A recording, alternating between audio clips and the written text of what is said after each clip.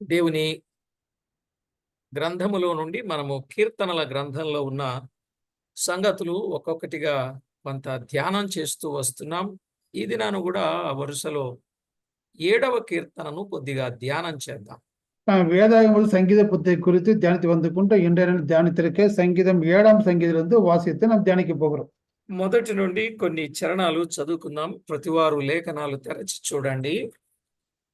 முதலாவது வசனத்திலிருந்து சில காரியங்களை படித்து நாம் தியானிக்க போகிறோம். வேதத்தை தெரிந்து நாம் படிக்கலாம். యెహోవా నా దేవా, నేను నీ శరణు జొచ్చి ఉన్నాను. నన్ను తరుము వారి చేతిలో నుండి నన్ను తప్పించుము. నన్ను తప్పించువాడెవడును లేకపోగా వారు సింహం వలె ముక్కలుగా చీల్చివేయకుండా నన్ను తప్పించుము. యెహోవా నా దేవా, నేను ఈ కార్యము చేసిన ఎడల, నా చేత పాపము జరిగిన ఎడల, నాతో సమాధానముగా నుండువానికి నేను కీడు చేసిన ఎడల, శత్రువు నన్ను తరిమి పట్టుకొననిమ్ము, నా ప్రాణమును నేలకు అణగదొక్కనిమ్ము, నా అతిశయాస్పదమును మంటిపాలు చేయనిమ్ము, నిర్నిమిత్తముగా నన్ను బాధించు వారిని నేను సంరక్షించి తిని గదా అన్నాడు. ఓకే, చదవబడిన ఈ కీర్తన కొరకై ప్రార్థన చేసి వాక్యాన్ని విందాం.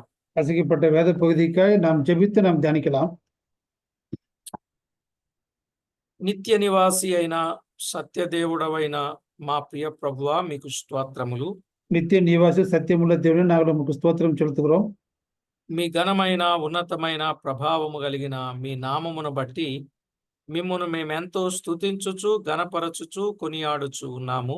நாங்கள் கனமான நாமம் உன்னத நாமம் வல்லவன் நாமத்தை நாங்கள் போற்றி பற்றி பிடித்துக் கொண்டு துதித்து ஸ்தோத்திரத்தை நாமத்தை மையப்படுத்துகிறோம்.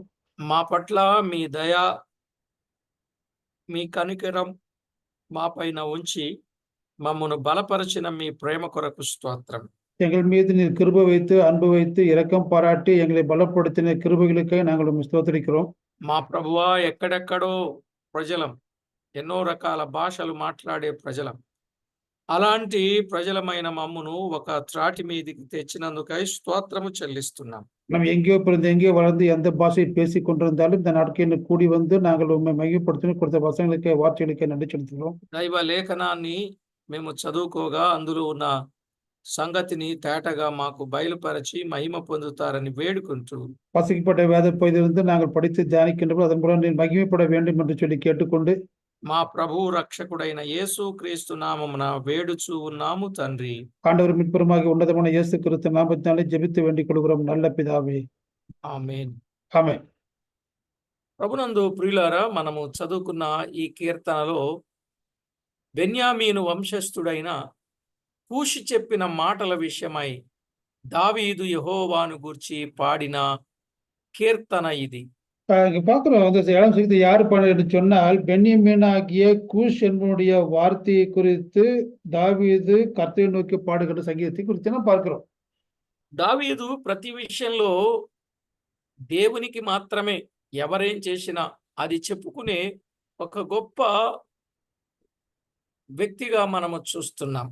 தாவீது உன்னதமான பண்பு என்னன்னு சொன்னா, யார் எதை சொன்னாலும் அது தேவனிடத்தில் கொண்டு வந்து சேர்க்கிறவனை அவன் காணப்படுகிறான். దావీదుకు దేవుని మీద ఆధారపడడం, దేవుని పైన ఆనుకోవడం, ఏదైనా దేవునికి అప్పగించడం అనేది దావీదుకు ఎంతో ఇష్టమైన కార్యం. தாவீது விருப்பமான காரியம் என்ன? தேவனிடத்தில் வருகிறான், தேவன் மேல ஆதாரப்படுகிறான், தேவன் நம்பிக்கை வைக்கிறான், எல்லாவற்றையும் தேவனுக்கு அறிவிக்கிறான். அப்படி அறிவிப்பது அவனுக்கு இஷ்டமா இருந்ததுன்னு நான் பார்க்கிறோம். అందుకే ఇక్కడ మనము గమనిస్తున్న మాటలు, యెహోవా నా దేవా, నీ శరణుజొచ్చి ఉన్నాను, నన్ను తరుము వారి చేతిలో నుండి తప్పించుము అన్నాడు.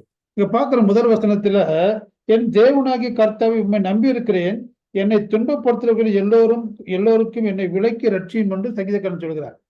నీవు తప్ప నన్ను తప్పించువాడు ఎవడునూ లేడు అనే విషయాన్ని కూడా ప్రస్తావించాడు.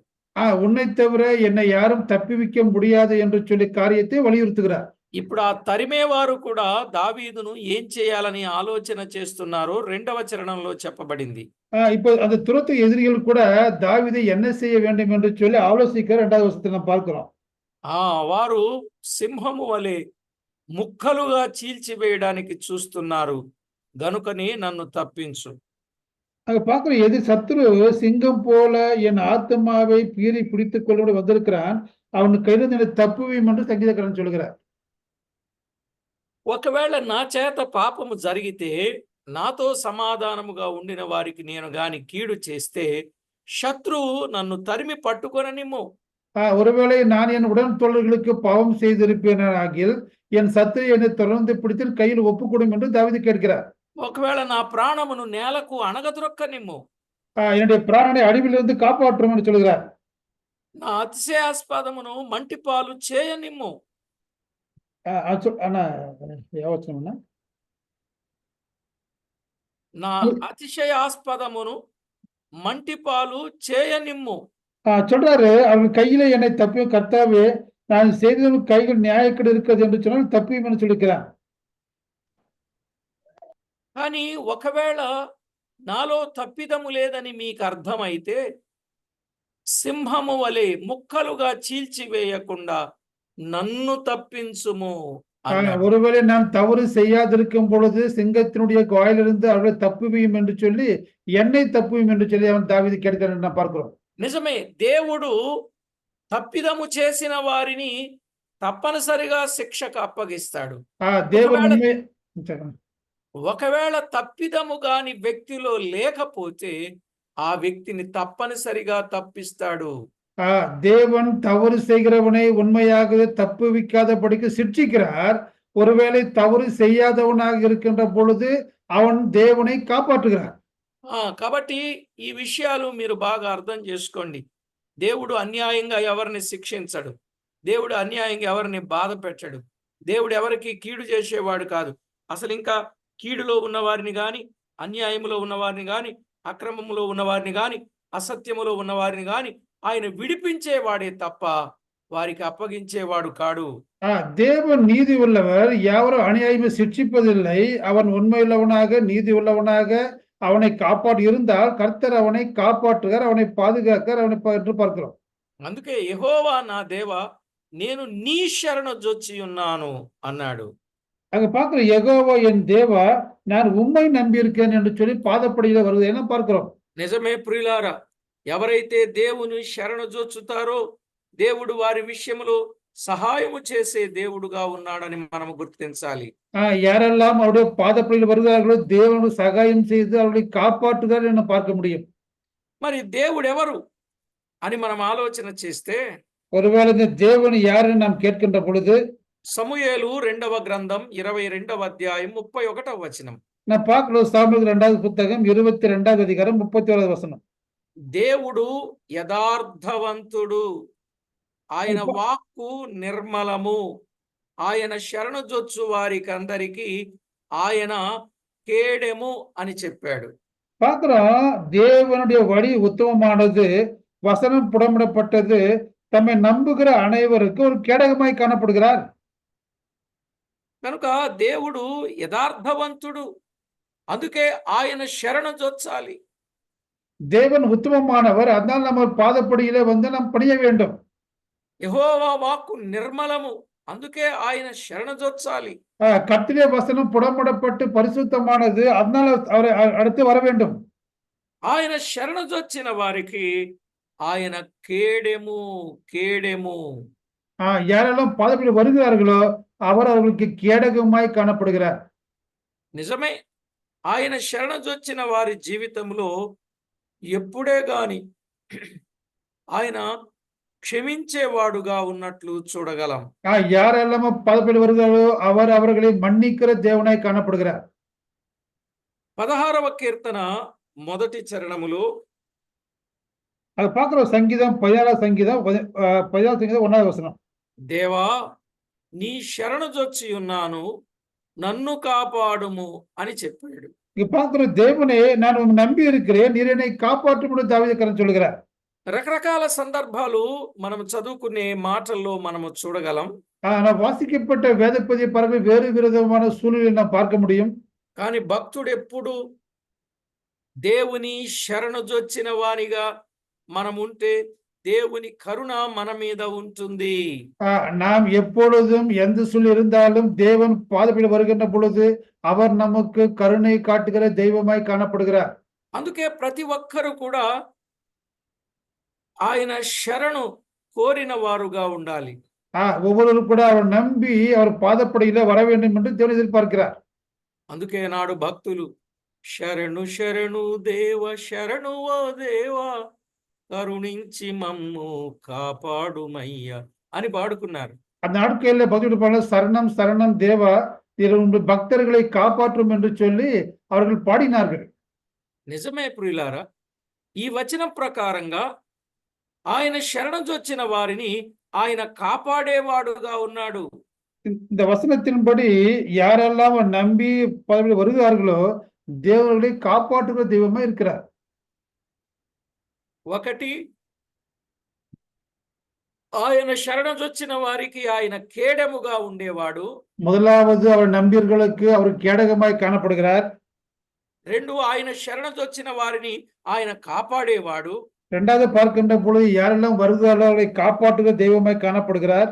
మూడవది కీర్తనల గ్రంథం 17వ కీర్తన 7వ చరణం. மூன்றாவது காரியத்தை பார்க்கின்ற பொழுது 17வது சங்கீதம் 7வது வசனம். నీ శరణొచ్చిన వారిని వారి మీదికి లేచు వారి చేతిలో నుండి నీ కుడి చేత రక్షించువాడా అని చెప్పాడు. பார்க்கிறோம், அடைக்கலம் புகுவோரை அவர்களுக்கு விரோதமாய் எழும்புடைய உம்முடைய வலதுகரத்தால் தப்பிக்க ரட்சிக்கிறேன் நாம் பார்க்கிறோம். కనుక ఆయన శరణొచ్చే వారిని ఆయన కుడి చేత పట్టుకొని వారిని రక్షిస్తాడు. அவர் பார்க்கிற அவர் விரோதமாய் எழும்புகளை கை நின்று வலதுகரத்தால் தப்பிக்க தட்சன்னு பார்க்கிறோம். మన జీవితంలో ఎప్పుడే గాని మనుషులను శరణొచ్చకూడదు. పరిస్థితులను బట్టి దిగిపోకూడదు, దిగజారిపోకూడదు. ప్రభువు శరణమే మనము కోరుకోవాలి. நாம் எப்பொழுதும் எந்த சூழலில் நாம் மனிதனை நம்பாதபடிக்கும் மனிதனுக்கு வழங்காதபடிக்கு நாம் தேவனுடைய பாதப்படியிலே தேவனுடைய சரணமடைய வேண்டும் என்று நாம் பார்க்கிறோம். చూసారా, ఆయన శరణొచ్చే వారిని ఆయన కుడి చేత రక్షించేవాడు. వారు ఎవరు అనేది ఆయన చూడరు. వారు తప్పు చేశారా, ఒప్పు చేశారా, వారు నీతిమంతులను చూడరు. కానీ శరణొచ్చిన ప్రతి వ్యక్తిని కూడా ఆయన రక్షిస్తాడు, కరుణిస్తాడు. தேவனுடைய பாதப்படியில் வந்து அடைக்கலம் வந்த அவரை அவர் நல்லவன கெட்டவன தீயவன என்று பாராதபடிக்கு அடைக்கலமாக வந்தவனை தேவன் காப்பாற்றுகிறார் என்று நாம் பார்க்கிறோம்.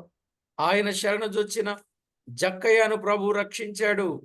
அவர் பாதப்படியில் வந்த ஜகரியாவை தேவன் காப்பாற்றினார், ரட்சித்தார். ఆయన శరణొచ్చిన సిలువపై వేలాడే దొంగ ఆ వ్యక్తిని రక్షించాడు. அவரை நம்பின சிலுவையில் கடைசி இருக்கின்ற அந்த கல்வனும் கூட ரட்சிக்கப்பட்டான். సిలువ వేయబడుటకు అప్పగించుకొని 100 మంది పైన అధిపతిగా ఉన్న వ్యక్తి దేవుని శరణొచ్చాడు. சிலுவையில் அறைகின்ற பொழுது 110 தலைவன் கூட அந்த காட்சியை எல்லாம் பார்த்து ரட்சிக்கப்பட்டான். కనుక ప్రభువు చేసిన కార్యం ఎంత గొప్పదో దేవుని వాక్యంలో మనము చూచి ఆయన శరణొచ్చినట్లయితే ఆయన కేడెముగా ఉంటాడు, ఆయన కాపాడుతాడు, ఆయన రక్షిస్తాడు. நாம் தேவன் செய்த காரியத்தை அடைக்கலமாக வருகின்றது பதப்படுகிற பொழுது அவர் நம்மை கேடகமாக இருக்கிறார், அவர் நம்மை காப்பாற்றுகிறார், அவர் நம்மை ரட்சிக்கிறார். ఇంతకీ ఆయన ఎక్కడి నుండి రక్షిస్తాడు? కీర్తన 37:40లో చెప్పాడు. அவர் எங்கிருந்து ரட்சிக்கிறார் என்று பார்க்கின்ற பொழுது சங்கீதம் 37:40 நாம் பார்க்கிறோம். యెహోవా తన సేవకుల ప్రాణమును విమోచించును. 37:40 యెహోవా వారికి సహాయుడై వారిని రక్షించును. వారు యెహోవా శరణొచ్చి ఉన్నారు గనుక ఆయన భక్తిహీనుల చేతిలో నుండి వారిని విడిపించి రక్షించును. பார்க்கலாம், சங்கீதம் 37:40 கர்த்தர்களுக்கு உதவி செய்து விடுவிப்பார், அவர் நம்பி இருக்கிறபடியினாலுடைய துன்மார்க்கருடைய கைகளுக்கு தப்புவித்து ரட்சிக்கிறார் பார்க்க முடியும். భక్తిహీనుల చేతిలో నుండి వారిని విడిపించి రక్షిస్తాడు. துன்மார்க்கனுடைய கையிலிருந்து தப்புவித்து ரட்சிக்கிறார் என்று பார்க்கலாம். కనుక ప్రతి ఒక్కరూ ఈ విషయాన్ని, ఈ సత్యాన్ని బాగుగా ఆలోచన చేయడం మనకెంతో అది ఆశీర్వాదకరం. இப்படிப்பட்ட சத்தியத்தை நாம் ஆலோசிப்பது கடைபிடிப்பது மிகவும் உதவிகரமாக இருக்கும் என்று நாம் பார்க்கிறோம். ప్రభునందు ప్రియులారా, సంగతులను సరిగా యోచన చేద్దాం, ప్రభువుకు అనుకూలంగా జీవిద్దాం. இந்த సంగతిగెல்லாம் நாம் ఆరాய்ந்து பார்த்து நாம் దేవునికి అనుగుణமாக நாம் జీవిக்க வேண்டும். నిజమే, భక్తిహీనుల చేతిలో నుండి ఆయన శరణుదొచ్చిన వారిని రక్షిస్తాడు. துன்மார்க்குடைய கைக்கு யாரெல்லாம் பதவியில் வந்தார்கள் அல்லது தப்பித்து ரட்சிக்கிறான்னு நான் பார்க்க முடியும். ఇక నాలుగవదిగా 34వ కీర్తన 22వ చరణంలో చెప్పాడు. அடுத்து நான் பார்க்கிறோம் సంగీతం 34:22 కూడా நான் பார்க்கும்போது, యెహోవా తన సేవకుల ప్రాణమును విమోచించును, ఆయన శరణుజొచ్చిన వారిలో ఎవరును అపరాధులుగా ఎంచబడరు. సంగీతం 30:22 பார்க்கிறோம், கர்த்தர் தமது ஊழியக்காரன் ஆத்மாவை மீட்டுக் கொள்கிறார், அதை நம்புகிற ஒருவனு மேலும் குற்றம் சுமராது.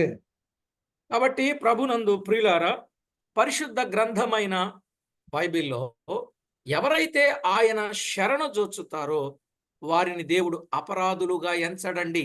నీతిమంతులుగా ఎంచుతాడు, వారిని రక్షిస్తాడు, వారిని విమోచిస్తాడు, వారిని విడిపిస్తాడు.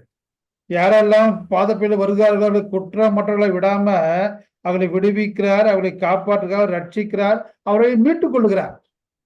గమనించాలి, ఎవరైతే ఆయన శరణు జొచ్చుతారో ఆయన వారికి కేడెముగా ఉంటాడు. ఎవరైతే ఆయన శరణు జొచ్చుతారో వారిని తప్పిస్తాడు. ఎవరైతే ఆయన శరణు జొచ్చుతారో వారిని కాపాడతాడు. ఎవరైతే ఆయన శరణు జొచ్చుతారో వారిని రక్షిస్తాడు. ఎవరైతే ఆయన శరణు జొచ్చుతారో వారిని అపరాధులుగా ఎంచడు అని 5 విషయాలు మనము చూచాం. நான் பார்க்கிறோம், இந்நேரம் பார்க்கின்ற பொழுது யாரெல்லாம் பதப்பில் வருது அவர்களுக்கு கேடகமாக இருக்கிறார், அவர் அவர்களை தப்புவிக்கின்றார், அவர் அவர்களை காப்பாற்றுகிறார், அவர் அவர்களை ரட்சிக்கின்றார். அது மாத்திரமல்ல, அவர் பலவராய் ஒருவர் குற்றம் சுமராதபடிக்கு அவரை மீட்டுக் கொள்வதை நான் பார்க்க முடியும். కనుక ప్రతి ఒక్కరూ ఇట్టి సత్యాన్ని మీరు గుర్తించాలి ప్రియులారా. நாம் இப்படிப்பட்ட சத்தியத்தை நாம் அறிந்து நாம் அதன்படி வாழ வேண்டும். ఆ ప్రియ ప్రభు ఏ ఒక్కరినైనా అపరాధులుగా ఎంచడండి, ఆయన నీతిమంతులనుగా మారుస్తాడు. அவர் ஒருவரின் மேலும் குற்றமற்றவனாக தீர்க்காம அவர் அவர்களை நீதிமானாக மாற்றுகிறார். కనుక ప్రతి ఒక్కరు కూడా నీతిమంతులుగా తీర్చబడగలుగునట్లు దైవ లేఖనాలలో వ్రాయబడిన వాస్తవిక సత్యాలు గుర్తించాలి. நாம் ஒவ்வொருவரும் கூட நீதிமானாக மாற்றப்படக்கூடிய காரியத்தை அறிந்து நாம் அதை கடைபிடிக்க வேண்டும். మరి ఆయన శరణుజొచ్చిన అనుభవాన్ని కలిగిన వారుగా ఉన్నారా? நம்முடைய பாதப்படியில் வருகின்ற பொழுது இப்படிப்பட்ட அனுபவங்களுக்கு நாம் கடந்து போய் கொண்டிருக்கிறோமா? ఒకవేళ ఇప్పటి వరకు ఆయన శరణు జొచ్చకపోతే ఈ సమయములోనైనా ఆ ప్రియ ప్రభు యొక్క శరణు జొచ్చాలని ప్రభు పక్షంగా ప్రేమతో మీకు మనవి చేస్తున్నాను. நாம் ஒருவேளை இதுவரைக்குமாவது பாதப்படியில் வராம அவர் நம்பிக்கை வைக்காமல் இருந்தால் இனிமேலாவது பாதப்படியில் வந்து அவர் நம்பிக்கை வைக்க வேண்டும் என்று நாங்கள் கேட்டுக்கொள்கிறோம். మరొక మాట మనము గమనిస్తే இன்னொரு வார்த்தையை நாம் தியானிக்கின்ற பொழுது 31వ కీర్తన మొదటి చరణం பார்க்கிறோம், 31வது సంగీతం முதல் వచనం. అక్కడేమంటాడంటే, యెహోవా నీ శరణు జొచ్చి ఉన్నాను, నన్నెన్నడును సిగ్గుపడనీయకుము అన్నాడు. பார்க்கிறோம், கர்த்தாவை நம்பி இருக்கிறேன், ஒரு காலம் வெட்கமடையாதபடி செய்யும் என்று கேட்கிறார். ప్రియులారా, ఈ మాట ఎంత విశేషమైన మాటో చూడండి. இது உண்மையாகவே உண்மையான ஒரு ఉన్నతமான ஒரு வெட்கமடையாதபடி காரியத்தை நாம் பார்க்க முடியும். ఆయన శరణు జొచ్చితే అసలు ఏ విషయంలోనూ ఆయన సిగ్గుపడనీయడు. கர்த்தரை நம்பி இருக்கின்ற பொழுது எந்த ஒரு காரியத்தை குறித்தும் நம்ம வெட்கப்படுத்த மாட்டார். మన జీవితములో దేవునికి మహిమ తెచ్చే వారంగా ఉంటాం. நாம் அவருடைய வாழ்க்கையில ஒரு மகிமையை கொண்டு வரக்கூடியவர்களாய் காணப்பட வேண்டும். ఆయన శరణు జొచ్చినప్పుడు నిజంగా జీవితంలో ఎలాంటి ఆపదలు వచ్చినా ఆయన మాత్రం శరణు జొచ్చిన వారిని ఆపదకు అప్పగించడు.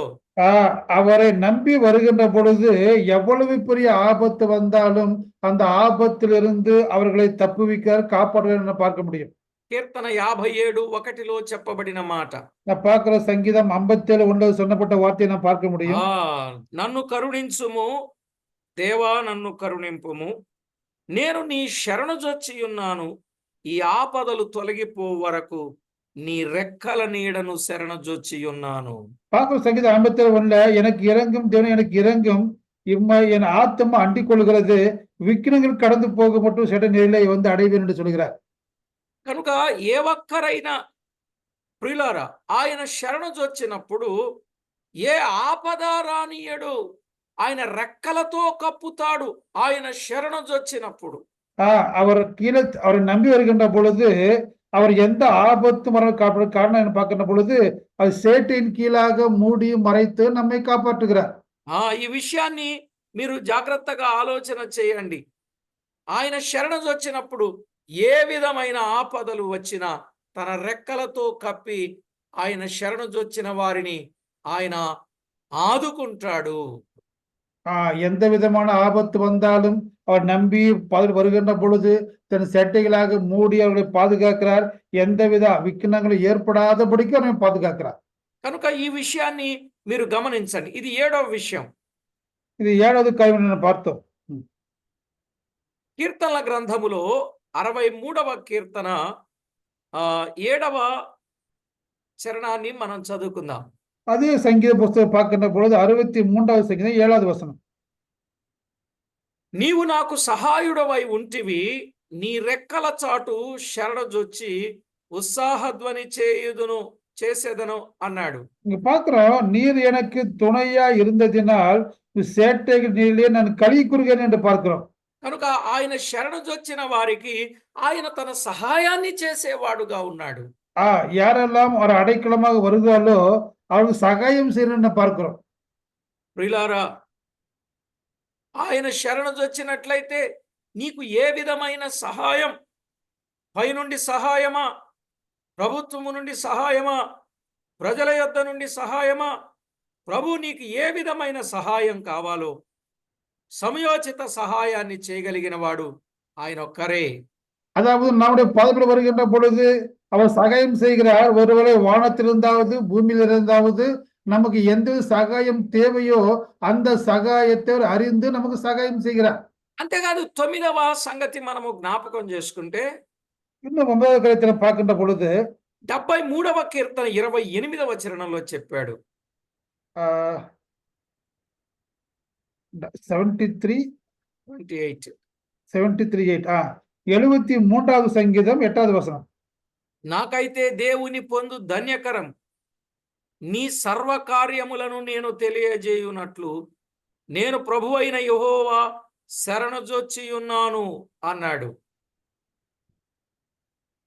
73:8 అన్నా 28 అన్నా 73:28 நான் பார்க்கிறோம். 73 சங்கீதத்தில் நாம் பார்க்கின்ற பொழுது எனக்கு தேவனை அண்டிக் கொண்டிருப்பது நலம், நான் கிரிகளை எல்லாம் சொல்லி வரும்படி கர்த்தரை நம்பிக்கை வைத்திருக்கிறேன் பார்க்கிறோம். ఆయన శరణజొచ్చిన వారికి ఆయన సర్వ కార్యములను తెలియజేస్తాడు. அவரை தேவனை அண்டிக் கொள்ளுகின்ற பொழுது அவர் எல்லா காரியத்தை வெளிப்படுத்துகிறார். ఆ తెలుసుకున్న సర్వ కార్యాలను దేవుని పేరట తెలుసుకున్న వాళ్ళు తెలియజేస్తారు అనే విషయం మనం చూస్తాం. அப்படியாக அந்த காரியத்தை தெரிந்து கொண்டவர்கள் மற்றவர்களுக்கு அந்த காரியத்தை அறிவிக்கிறார்கள். మరి దేవుని సర్వ కార్యాలు తెలియజేయాలంటే ముందు తెలుసుకొని ఇతరులకు చెప్పాలా, తెలియకుండానే మనం చెప్పగలమా? ஒருவேளை தேவனுடைய சர்வ காரியத்தை அறிவிக்க வேண்டுமானால் நாம் அறிந்து அதை சொல்ல வேண்டுமா, இல்ல அறியாமல் சொல்ல முடியும்? కనుక మొదట ఆయన సర్వ కార్యాలు మనకు తెలియజేస్తాడు. మనకు తెలియజేసిన దానిని మనం ఇతరులకు తెలియజేస్తాం. అందుకు ఆయన శరణజొచ్చాడు అని చెప్పాడు. முதலாவது சர்வ காரியத்தை அறிந்து கொள்ள வேண்டும், அறியப்பட்ட மற்றும் அறிவிக்கப்பட வேண்டும். காரணம் சொன்னால் நாம் ஒரு பாதப்பையில் நம்பிக்கை வைத்து வர வேண்டும். ప్రియులారా, ఇక 10వదిగా మనం ఆలోచన చేసినట్లయితే ఆయన శరణజొచ్చిన వారు ఏమవుతారండి? సంతోషిస్తారు, ఇల్లుతారు అని చెప్పాడు. அது சரணப்படுறதுக்கு என்ன கிடைக்கும்? உங்களுக்கு சந்தோஷம் கிடைக்காது, ஆனந்தம் கிடைக்குதுன்னு நாம் பார்க்கலாம். 63వ కీర్తన 7వ చరణం. சங்கீதம் 63வது சங்கீதம் 7வது வசனம். నీవు నాకు సహాయుడవై ఉంటివి, నీ రెక్కల చాటున శరణుజొచ్చి సారీ 64:10 నీతిమంతులు యెహోవాను బట్టి సంతోషించుచు ఆయన శరణుజొచ్చెదరు, యథార్థ హృదయులందరూ అతిశయిల్లుదురు అన్నాడు. நீதிமான் கர்த்தருக்குள் மகிழ்ந்த நம்புவான், செம்மையான இருதயமுள்ள யாவரும் மேன்மை பாராட்டுவார்கள். சங்கீதம் 64:10. కనుక ఆయన శరణుజొచ్చిన వారికి దేవుడు సంతోషాన్ని ఇచ్చేవాడుగా ఉన్నట్టుగా చూస్తాం. యథార్థవంతులు అవుతారు కాబట్టి వారు అతిశయిల్లేటట్లుగా కూడా చేస్తాడనే విషయాన్ని చూస్తున్నాం.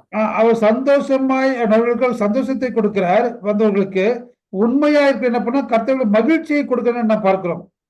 ప్రియులారా, దైవ లేఖనంలో వ్రాయబడినట్లు సంతోషిస్తారు, అతిశయిస్తారు అన్నాడు. அங்க பார்க்கிற சந்தோஷிக்கிறார்கள், அவர்கள் மகிழ்ச்சியா இருக்கிறார்கள், மேன்மை பாடுகிறார்கள் பார்க்கிறோம். 63వ కీర్తన 7వ చరణం మరలా చదువుకుందాం.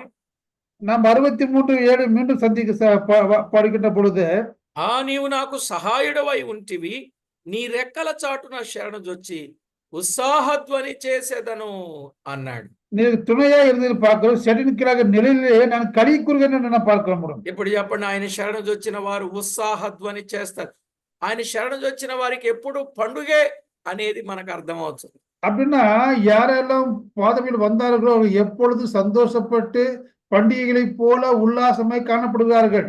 కనుక ప్రతి ఒక్కరూ ఆయన శరణుజొచ్చి ఆయన నామమును మహిమపరిచే వారంగా మనం ఉండడం, అది మనకెంతో దీవెనకరం, అది మనకెంతో మేలుకరం, అది మనకెంతో ఆశీర్వాదకరం. எந்த ஒரு மனிதன் தேவனுடைய அன்றி வாழ்கிறானோ அதன் அவனுக்கு மேன்மையை கொடுக்கிறது, அது ஆசீர்வாதத்தை கொடுக்கிறது, மகிழ்ச்சியை கொடுக்கிறது. కనుక ప్రతి ఒక్కరూ దేవుని శరణుజొచ్చిన వారుగా, దేవుని కరుణను పొందుకునే వారుగా మనము సిద్ధపడాలి. ஒவ்வொரு மனிதன் தேவனுடைய பாதப்படியில் வர வேண்டும், దేవుడితో இரக்கத்தை பெற்றுக் கொள்ளக்கூடியவனாய் காணப்பட வேண்டும். ఇప్పుడు చెప్పండి, దేవుడు ఆయన శరణుజొచ్చిన వారిని ముక్కలు చేసే వారి చేతికి అప్పగిస్తాడా, తప్పిస్తాడా? இப்ப யோசனை பண்ணுங்க, దేవుడి అடைக்கலமாக நம்பி வந்தவனை సింగத்தின் கையிலிருந்து ఒప్పు கொடுக்கிறாரா, இல்ல அங்கிருந்து அவர் காப்பாற்றுகிறாரா? త్వరగా చెప్పాలి. ఆయన శరణుజొచ్చిన వారిని ఏమండి, ఆయన శరణుజొచ్చిన వారిని శత్రువు చేతికి అప్పగిస్తాడా, లేక శత్రువు చేతి నుండి తప్పిస్తాడా?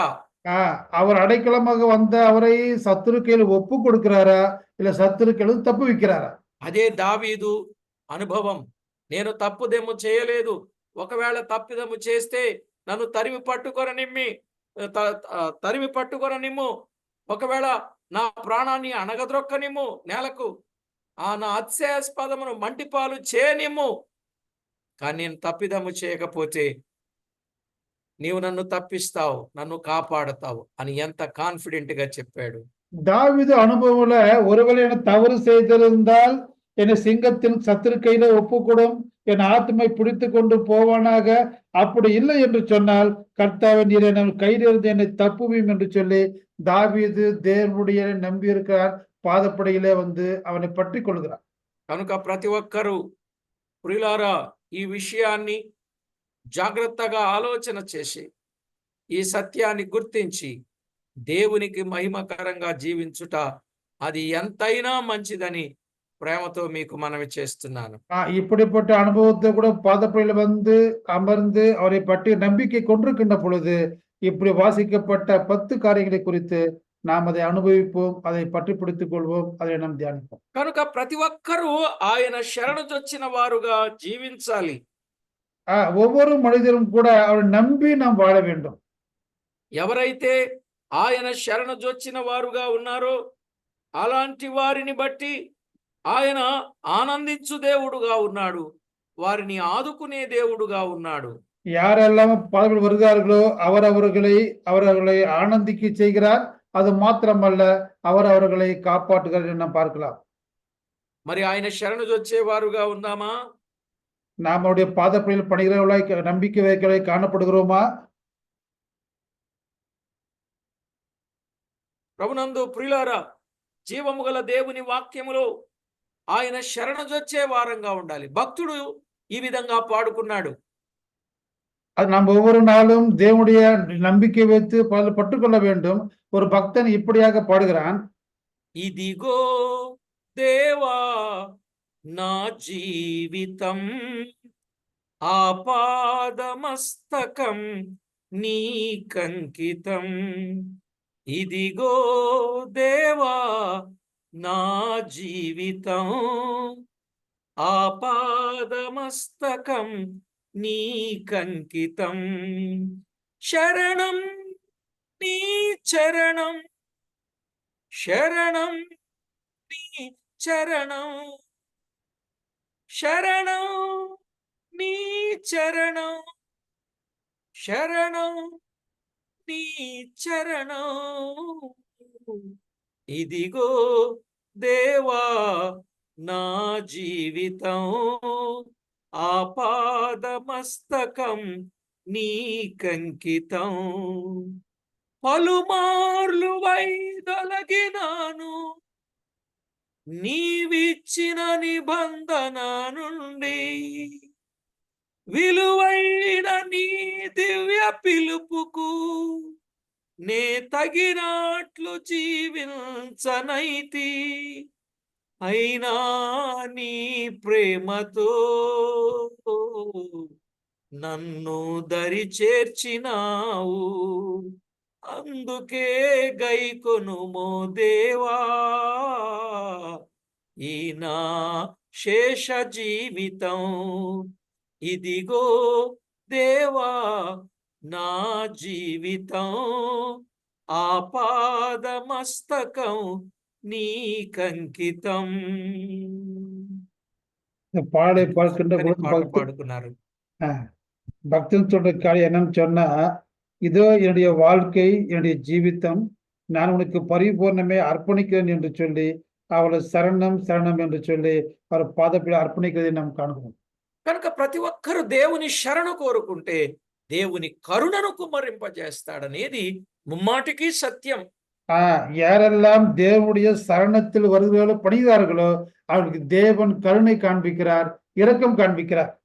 అలాగున దేవుని శరణు కోరుకొని కరుణను పొందుకొని రాబోయే ప్రతి విధమైన కష్ట నష్టము నుండి, ఇరుకు ఇబ్బంది నుండి, ఉగ్రత నుండి తప్పించుకొని దైవ సన్నిధిలో ఆయనతో యుగయుగాలు ఆనందిద్దాం.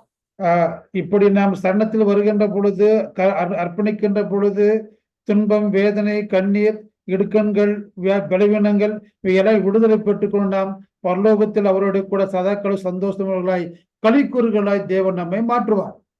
పరిశుద్ధుడవైన మా తండ్రి మీకు స్తోత్రము చెల్లిస్తున్నాం. பரிசுத்தமான பிதாவே நாங்கள் உமக்கு ஸ்தோத்திரம் செய்கிறோம். మా దిక్కు దశ మీరే, எங்களுடைய நம்பிக்கை, எங்கள் கோட்டை எல்லாம் நீரா இருக்கிறீர். మా శరణం మీరే, எங்களுடைய அடைக்கலமாக வரக்கு இடம் நீரா இருக்கிறீர். మా ప్రభువా మీ శరణు జొచ్చిన వారిని ఎప్పుడు విడిచిపెట్టేవాడవు కాదు, అపరాధులుగా ఎంచేవాడవు కాదు అని మీ లేఖనాలలో ఎంతో గొప్ప సత్యాన్ని మాకు నేర్పినందుల కొరకై స్తోత్రములు.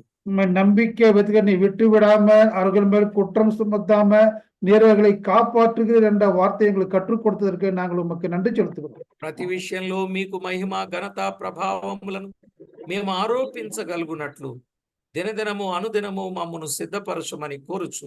ஒவ்வொரு நாளும் கனத்தையும் மகிமை கொண்டு வர வேண்டும் என்று சொல்லி, ஒவ்வொரு நாளும் செய்யக்கூடிய காரியத்தை எல்லாரும் மகிமைப்பட வேண்டும் என்று சொல்லி கேட்டுக்கொண்டு, మా ప్రభు రక్షకుడైన యేసు క్రీస్తు అమూల్యమైన నామమున ప్రార్థించి వేడుచున్నాము తండ్రి.